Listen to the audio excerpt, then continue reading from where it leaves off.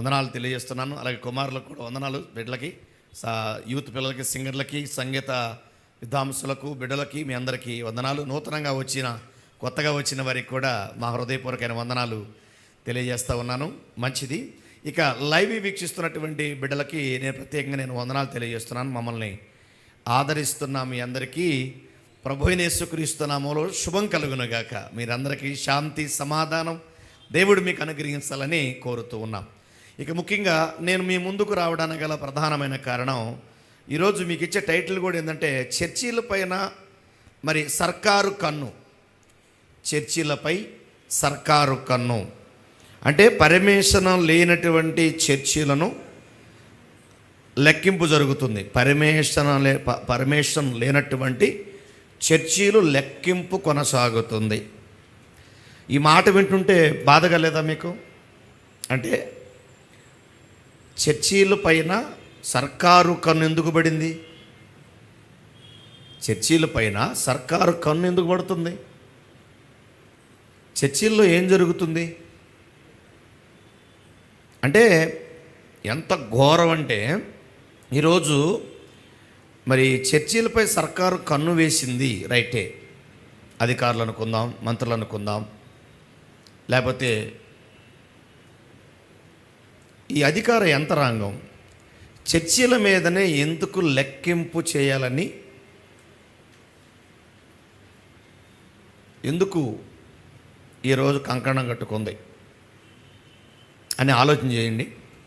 సమాజంలో ఈరోజు చెడు పనులు, చెడు కార్యక్రమాలు ఎన్నో జరుగుతున్నాయి. అది మీ అందరూ తెలుసు. ఇప్పుడు ఈ సమాజంలో ఎన్నో మరి బెల్ట్ షాపులు ఉన్నాయి. వాటి మీద లెక్కింపు చేయకూడదు. వైన్ షాపులు ఉన్నాయి, బారు షాపులు ఉన్నాయి, మరి పబ్బులు కూడా ఉన్నాయి. అర్ధరాత్రి అపరాత్రి భయంకరంగా తాగి ఎగురుతూ గెంటుతున్నటువంటి వారి మీద ఎందుకు సర్కారు కన్ను వేయలేదని అడుగుతున్నా. ఓన్లీ చర్చీల మీదనే, పర్మిషన్ లేని చర్చీల మీదనే. అంటే చర్చి ఏంది? ఇది వ్యాపారమా? చర్చి ఏమన్నా? చర్చి భక్తితో కూడుకున్న మాటలు ప్రకటిస్తారు. ఈరోజు సమాజం ఎంతగా చెడిపోయిందంటే, అసలు ఎందుకు ఈ విధంగా చేశారో బైబిల్లో ఒక మాట చదివిస్తాం మీ అందరికీ. కీర్తనలు చేయడం ఒకసారి. కీర్తన గ్రంథం 14వ కీర్తన తీయండి. మొదటి వచనంలో ఒక మాట రాయబడింది. దేవుడు లేడని బుద్ధిహీనులు తమ హృదయములో అనుకుంటారు, వారు చెడిపోయిన వారు. అంటే దేవుడు అనుకొని ఈరోజు కొంతమంది, అందరూ కాదు కానీ కొంతమంది, మన భారతదేశంలో కొంతమంది రాజకీయానికి, తమ సొంత రాజకీయానికి పట్టం కట్టిన వారు, తమ రాజకీయ లాభ ప్రాప్తిని పొందడానికి ఈరోజు కొందరు చేస్తున్నటువంటి ఈ విషయాలు చూస్తున్నప్పుడు బాధేస్తూ ఉంది. దేవుడు లేడని బుద్ధిహీనులు తమ మనసులో అనుకుందురా, తర్వాత వారు చెడిపోయిన వారు అసహ్య కార్యములు చేయుదురు. చూసారా? ఇప్పుడు దేవుని మాటలు, ఎంతోమంది త్రాగుబోతులు విడుదల పొందుతున్నారు, వ్యభిచారులు మారుతున్నారు, దొంగలు మారుతున్నారు, నరహంతకులు మారుతున్నారు, మరి త్రాగుబోతులు నీతిమంతులుగా మారుతున్నారు, సమసార్లు వ్యభిచారులుగా ఉన్నవారు కూడా సమసార్లుగా మారిపోతున్నారు. అనేక మంది మరి ఉగ్రవాదులుగా ఉన్నవారు మారుతున్నారు, ఎంతోమంది రవిడిలుగా, గోండాలుగా ఉన్నవారు మారుతున్నారు, అనేమంది పేకాట ఆడుతున్న వాళ్ళు మారుతున్నారు, భార్యాభర్తల మధ్య సమాధానం, అనేక కుటుంబాల్లో శాంతి నెలకొల్పడానికి బైబిలు బోధిస్తున్న చర్చి, ఆ చర్చినే లెక్కిస్తున్నారంటే, అంటే ప్రపంచం ఎటువైపు వెళ్ళిపోతుందో చూడండి. ఇప్పుడు అర్ధరాత్రుల్లో జరుగుతున్న వ్యభిచార కార్యక్రమాలను ఆపండి. ఎందుకు పోవట్లేదు దాని జోలికి? ఈరోజు రెడ్ లైట్ ఏరియాలు వచ్చినాయి, వాటిని ఆపండి. ఈరోజు మంది ప్రోమో వీడియోలని చెప్పి అసభ్యకరంగా సమాజాన్ని పాడు చేస్తున్నటువంటి కార్యక్రమాలు వస్తున్నాయి, వాటిని ఆపండి. ఈరోజు భయంకరంగా నరహత్య జరుగుతుంది, వాటిని ఆపండి. ఏమండి, ఈ మందు షాపులు ఆపొచ్చు కదా? ఈరోజు చర్చిల మీద పడుతున్నారే, చర్చిల మీద చర్చిలు పర్మిషన్ లేని చర్చిలను మరి లెక్కించాలట. చర్చిలు లెక్కించాలా? ఎంత దారుణం ఇది! అంటే ఎన్ని చర్చిలు ఉన్నాయి మరి? వీధికి మనం అనకూడదు కానీ కొంత హైందవ విషయంలో కూడా కొన్ని వీధికి కొన్ని చోట్ల కొన్ని గుడులు ఉన్నాయి. అంటే మనం తప్పు పట్టట్లేదు, ఉండొచ్చు, తప్పులేదు. మరి వాటి మీద ఎందుకు సర్వే రావట్లేదు? చర్చిల మీదనే ఎందుకు సర్వే వచ్చింది? అవండి ఈరోజు ఈ చర్చిలో విన్న మాటలు బట్టి ఎంతోమంది త్రాగుబోతులు, తిరుగుబోతులు, నరగంతకులు, మర్డర్ చేసేవాళ్ళు కూడా, గొడ్డళ్లతో నరుక్కునేవాళ్ళు, కత్తులతో నరుక్కునేవాళ్ళు కూడా ఈరోజు మార్పు పొంది అండి ఎంత హ్యాపీగా ఉన్నారు తెలుసా? కోర్టులో కూడా తేలనటువంటి కేసులు ఈరోజు చర్చిలో వచ్చిన వాక్యాలను బట్టి భార్యాభర్తలు సమాధానంగా ఉంటున్నారు. పిల్లల మధ్య సమాధానం, చెడిపోతున్న యువకులు ఎంతోమంది బాగుపడుతున్నారు. అలాంటప్పుడు చర్చి మీద ఏంటండి లెక్కింపు? ఈ సర్కారు కన్ను చర్చి మీద ఏంటి? ఏమండి, అర్ధరాత్రుల్లో ఈరోజు డ్రగ్స్ మాఫియా ఉంది, దాన్ని అడ్డుకోండి. ఈరోజు గంజాయి, దాన్ని అడ్డుకోండి. మత్తు పదార్థాలకు అలవాటు పడి ఢిల్లీలో ఏం జరిగిందో మీకు తెలుసుగా? ఢిల్లీ నడిబొడ్డులో అందరూ వెళుతున్న రహదారిలో ఒక బస్సులో 7 కుర్రాళ్ళు కలిసి ఒక యువతిని భయంకరంగా మానభంగం చేసి రేపు చేసి చంపారే. కారణం ఈరోజు పోలీసులు ఆ కేసును దర్యాప్తు చేసినప్పుడు వాళ్ళు చెప్పిన మాట, వాళ్ళు ఫుల్లుగా మందు తాగి ఉన్నారు, లేకపోతే గంజాయి, లేకపోతే డ్రగ్స్, మత్తుతో నింపబడ్డారన్నారు. మరి వీటి మీద లెక్కింపు చేయండి, వాటిని అరికట్టనండి. చర్చిల మీద ఎందుకు? చర్చిల మీద ఎందుకండి? నాకు అర్థం కావట్లేదు. ఏమంటే వాళ్ళు 7 కలిసి ఆ అమ్మాయినట వాళ్ళు మత్తుతో నింపబడినప్పుడు, అంటే ఎందుకు చెప్తున్నాండి ఈ మాట?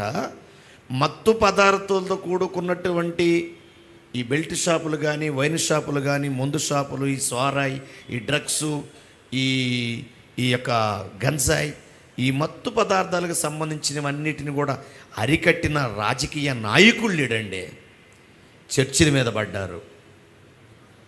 ఏమనుకున్నారో మొత్తానికి తెలియదు కానీ మొత్తానికైతే మాత్రం మరలా ఎవరైతే చేశారో వాళ్ళే మళ్ళీ ఉపసంహరించుకున్నారు. మళ్ళీ వద్దులే ఎందుకు అనుకున్నారు. అంటే ఏం జరిగింది ఏమో తెలియదు. అంటే అది కూడా ఎంతవరకు నిజం, ఎంతవరకు ఉపసంహరించుకుంటారో కూడా మనకు తెలియదు. ఏమో మళ్ళీ మొదలవచ్చు. ఈరోజు సువార్తకి ఎంత భంగం కలుగుతుంది ఏమండి. ఈరోజు ఆ యువతనట వాళ్ళు బస్సులోనంట వాళ్ళు రేప్ చేస్తే ఆ బిడ్డని ఎంత ఘోరంగా చంపారంట. డాక్టర్ చెప్తున్నాడు ఆమె కడుపు కింది భాగంలో నుంచి రాడ్డు దూర్చారంట, ఇంతలా రాడ్డు. అది లోపలికి వెళ్ళి డాక్టర్ గారు ఆ రాడ్డు తీస్తున్నప్పుడు లోపల పేగులు చుట్టుకొని బయటకు వచ్చిందంట రాడ్డు, పేగులు చుట్టుకొని. అప్పుడు డాక్టర్ అన్నాడంట, వామ్మో ఎంత భయంకరం హత్య అండి ఇది, మామూలు హత్య కాదు ఇది ఇంత ఘోరంగా చంపారు కాబట్టి వాళ్ళని ఖచ్చితంగా ఊరిదీయమని డాక్టర్ చెప్పాడంట ఢిల్లీలో. కారణం ఏంటంటే వాళ్ళు తాగిన మత్తులో ఉన్నారు. ఇలాంటివి ఘోరాలు జరుగుతున్నప్పుడు వీటి మీద సర్వే చేయండి.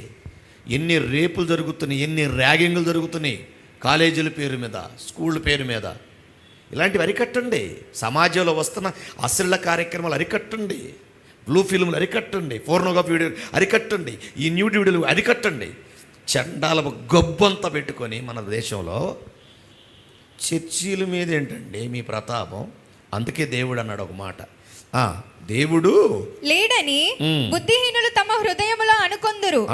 వారు చెడిపోయిన వారు అసహ్య కార్యములు చేయుదురు. మేలు చేయవాడు ఒక్కడు లేడు, మేలు చేసేవాడు లేడు. చర్చిలో అనేక మందికి మేలు జరిగే మాటలు విని ఈరోజు నాలాంటి వాళ్ళు ఎంతోమంది మారిపోయారు. ఈ చర్చిల మీద సర్వే చేస్తున్న వారి గురించి నేను మాట్లాడుతున్న ఒకే ఒక మాట గుర్తుపెట్టుకోండి. బైబిల్లో ఒక మాట దేవుడు రాయించాడు. అది కూడా చూపిస్తా. 53వ కీర్తన తీయండి. మొదటి వచనంలో ఏముందో చూడండి. మొదటి వచనంలో దేవుడు లేడని బుద్ధిహీనులు తమ హృదయములో అనుకుంటారు. వారు చెడిపోయిన వారు. చాలు, మనసులో అనుకుంటారు దేవుడు లేడని. దేవుడు లేడనుకున్నారు కాబట్టే ఈరోజు మనుషులు తమ ఇష్టానుసారంగా ప్రవర్తిస్తున్నారు. అయితే క్రైస్తవులకు నేనేం చెప్పాలనుకున్నానంటే, మీరు దీని గురించి కంగారు పడాల్సిన అవసరం లేదు. ఎన్ని సర్వేలు చేసినా, లేకపోతే ఈ పరమేశ్వరులైన చర్చల పైన సర్కారు కన్ను వేసినా, అధికారులు కన్ను వేసినా, ముఖ్యమంత్రులు కన్ను వేసినా, ప్రధానమంత్రి గారు కన్ను వేసినా, ఎవరు కన్ను వేసినా ఎవరి వల్ల ఏమీ కాదు. ఎందుకు చెప్పండి? దీని వెనక సర్వశక్తి కలిగిన దేవుడు ఉన్నాడు. నిరూపించమంటారా? అపోస్తుల కార్యాలు తీయండి 16వ అధ్యాయం. క్రైస్తవులు ఏం చేయాలో దాన్ని చెప్తున్నాడు. ఇప్పుడు చూడండి, క్రైస్తవులు ఏం చేయాలో చూడండి. అపోస్తుల కార్యాలు 16:25 ఏమో చూడండి. అయితే మధ్యరాత్రి వేళ పౌలును శీలయు దేవునికి ప్రార్థించుచు కీర్తనలు పాడుచు చాలు. ఏం చేస్తున్నారు ఇక్కడ? పౌలు శీలలు మధ్యరాత్రి వేళ శరసాల్లో ఉండి ప్రార్థన చేస్తున్నారు వీళ్ళు. ఈరోజు క్రైస్తవులందరికీ మీకు చెప్తున్నా, ఈ వాక్యం మీ అందరికీ తెలుసు. పౌలు శీలను బంధించి శరసాల్లో పడేసారు. వాక్యం చెప్పొద్దు, వాక్యం చెప్పడానికి వీలు లేదని వాళ్ళని సంకెళ్లతో ఈడ్చుకుంటూ వెళ్ళిపోయారు. అయితే దేవుడు శరసాల మధ్యకి దిగేటట్టుగా వాళ్ళు ప్రార్థన చేశారు. క్రైస్తవులందరూ చేయవలసింది ఒకే ఒకటే, మన ఆయుధం, మన కత్తి, మన డాలు, మన ఈట, మన వడిచల్, మన తుపాకీ, మన బాంబు ఏదైనా ఉందంటే అది ఒక ప్రార్థనే. ఆమేన్. అది ప్రార్థన చేయండి, ఖచ్చితంగా ప్రార్థన చేయండి. ప్రార్థన ద్వారా దేవుడు బలమైన కార్యం చేస్తాడు. సువార్తకి ఆటంకపరచలేరు, ఎవ్వరు కూడా ఈ సువార్తని అడ్డుకోలేరు. కాబట్టి దేవుని మాట చెప్తున్నాడు, ప్రార్థన చేయండి. క్రైస్తవులందరూ చెబుతున్నా, ఎంతమంది అధికారులు వచ్చినా ఆనాడు నెబుకద్నెజర్ లాంటి వాడే అడ్డుకున్నాడు. దానియేలు గారిని, షడ్రకు, మేషకు, అబేద్నెగో లాంటి వాళ్ళని దర్యావేష పరిపాలనలో అడ్డుకున్నారు. కానీ గెలిచింది ఎవరు? లాస్ట్కి అగ్నిగుండంలో ఉండి ప్రార్థించిన షడ్రకు, మేషకు, అబేద్నెగోలు గెలిచారు. సింహాలభూంలో ఉన్న దానియేలు ప్రార్థన చేస్తే దేవుడు నిలబెట్టాడు దానియేలుని. నెబుకద్నెజరే ఆశ్చర్యపోయి దేవుడు మానవ రాజ్యం పైన దేవుడు అధికారి ఉన్నాడని ఒప్పుకున్నాడు. కాబట్టి ఎంతమంది అధికారులు అడ్డొచ్చినా, రాజకీయాన్ని అడ్డు పెట్టుకొని బైబిల్కి అడ్డొస్తే అది ఖచ్చితంగా చెప్తున్న రాజకీయ నాయకులకి తప్పకుండా ప్రమాదం. ఎవరైతే బైబిల్కి అడ్డొస్తున్నారో, చర్చిలకు అడ్డొస్తున్నారో అది ఎప్పటికైనా ప్రమాదం. అందుకే క్రైస్తవులారా, మీరేమాత్రం భయపడే అవసరం లేదు. మళ్ళీ ఇప్పుడు దాన్ని ఉపసంహరించుకున్నారు. అది ఎటువంటి సర్వే లేదు, ఇప్పుడు క్యాన్సిల్ అయిపోయింది. మీరేం భయపడే అవసరం లేదు. తప్పకుండా ప్రార్థించండి. ప్రార్థిస్తే దేవుడు అద్భుత కార్యం చేస్తాడు. అపోస్తుల కార్యాలు 10వ అధ్యాయంలో 12వ అధ్యాయంలో పేతురుని తీసుకెళ్ళి చెరసాలలో వేశారు. ఆ చెరసాలలో వేసినప్పుడు సంఘం అంతా ఏం చేస్తుంది? 5వ వచనం చూడండి ఒకసారి. పేతురు చెరసాలలో ఉంచబడెను. సంఘమైతే అతని కొరకు అత్యాసక్తితో దేవునికి ప్రార్థన చేయుచుండెను. అత్యాసక్తితో ప్రార్థన చేయుచుండెను. అత్యాసక్తితో ప్రార్థన చేస్తున్నారా? ఏం జరిగింది? హేరోదు అతన్ని వెలుపలికి తీసుకొని రావాలని ఉండగా ఆ రాత్రి పేతురు 2 సంకెళ్లతో బంధింపబడి 2 సైనికుల మధ్య నిద్రించుచుండెను. మరియు కావలి వారు తలుపులు ఎదుట చెరసాల కాచుకొని చుండిరి. ఇదిగో ప్రభు దూత అతని దగ్గర నిలిచెను. చాలు. ఎవరు నిలిచారు? ప్రభు దూత. కాబట్టి దేవుని కార్యక్రమాలకు ఎవరు అడ్డు రాలేరు, ఎవరి వల్ల కానే కాదు. ఎలీషా ప్రవక్త ఏం చేశాడో తెలుసా మీకు? అషూరు సైనికులు వచ్చారు. అయితే ఎలీషా గుడారంలో ఉన్నాడు. ఆ అషూరు సైనికులు వచ్చినప్పుడు ఎలీషా ప్రార్థన చేశాడు. 2వ రాజుల గ్రంథం 6వ అధ్యాయములో 18వ వచనంలో మీరు చూస్తే ఆ సిరియా సైన్యం యొక్క కళ్ళు పోవాలని ప్రార్థన చేశాడు, మళ్ళీ కళ్ళు తెరవాలని కూడా ప్రార్థన చేశాడు. ఏం జరిగింది అక్కడ? ఆ దండువారు అతన్ని సమీపించినప్పుడు ఎలీషా ఈ జనులను అంధత్వముతో మొత్తుమని యెహోవాను వేడుకొనగా ఆయన ఎలీషా చేసిన ప్రార్థన చొప్పున వారిని అంధత్వముతో మొత్తెను. అంధత్వంతో అంటే కళ్ళు లేకుండా చేశాడు అంతే. దేవుడు తలుసుకుంటే ఒకటే. అందుకే చెప్పే కదా, మన ఆయుధం, మన కత్తి, మన ఒడిసెలు, మన బాంబు ఏదైనా ఉంది, అదేంది? ప్రార్థన. కాబట్టి తప్పకుండా ప్రార్థించండి. తప్పకుండా అద్భుతంగా దేవుడు మహిమ పొందుతాడు. వీటన్నిటి ద్వారా దేవుడు సర్వశక్తి గల దేవుడని ఆయన నిరూపించుకుంటాడు. కాబట్టి చర్చీలు అడ్డుకుంటున్న వారికి నేను ప్రేమతో మనవి చేస్తున్నాను. ఒకవేళ చర్చీలు అడ్డుకునే వాళ్ళైనా, లేకపోతే పరమేశ్వర లేని చర్చీల గురించి సర్వే మీరు ప్రారంభిస్తే నేను అడుగుతున్నా, మత్తు పదార్థాలతో అలవాటు పడిపోయి తమ కుటుంబాలు నాశనం చేస్తూ, మొన్న మీరు చూశారు కదా న్యూస్లో ఏమొచ్చింది తెలుసా, భయంకరంగా నిత్య కామాంధుడు అని రాశారు. ఎవరు? తన భర్త గురించి నిత్య కామాంధుడు. ఏం జరిగింది?